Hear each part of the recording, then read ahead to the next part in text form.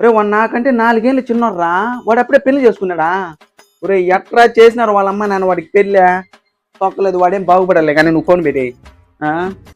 4 ఏళ్ళు చిన్నోడు నాకంటే పెళ్లి చేసుకున్నాడంట, వాళ్ళ అమ్మ నాన్న చేసి ఉండారు. నేనున్నా ఎందుక? ఎబ్బే మో, గడ్డం తీసిన వారానికి బిరిబిరా గడ్డం రావాలనే ఆలోచన గడ్డం అనుకుంది కానీ ఇంట్లో పెద్ద కొడుకు ఉన్నాడే వానికి పెళ్లి చేయాలనే ఆలోచన మటుకు నీకు రాలా. 23 దాటిపోయిండాయి కానీ పెళ్లి చేసేయాలనే ఆలోచన మటుకు నీకు రాలా. పెళ్లి చేస్తావా చేయవా? పెళ్లి చేస్తావా చేయవా? నువ్వు చేస్తావా నన్ను చేసుకోమంటావా? పరిస్థితి పనే ఉండదు మా పెళ్లి. పరిస్థితికి పెళ్లికి సంబంధం ఏందో నాకు అర్థమే కావడంలే. పుష్పగాడు పెద్దోడు పెళ్లి పెళ్లి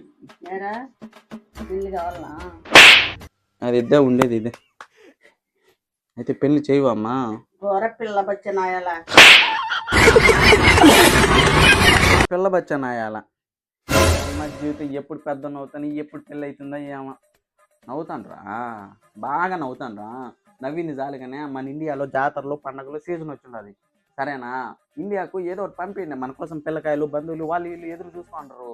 సబ్బులు, షాంపులు, చాక్లెట్లు, పప్పరమింట్లు అవి ఇవి తీసి పంపించండి. పండగ కదా, ఎంజాయ్ చేయొద్దా? అవును, దేనికి పంపిస్తాను?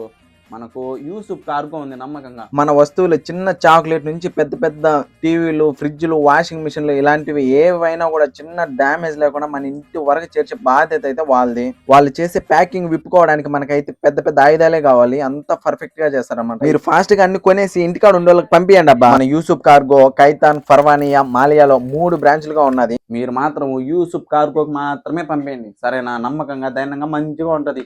ఏంటి పేరు గుర్తు పెట్టుకోండి, యూసుఫ్ కార్గో. బాయ్ పంపిండి అయ్యా.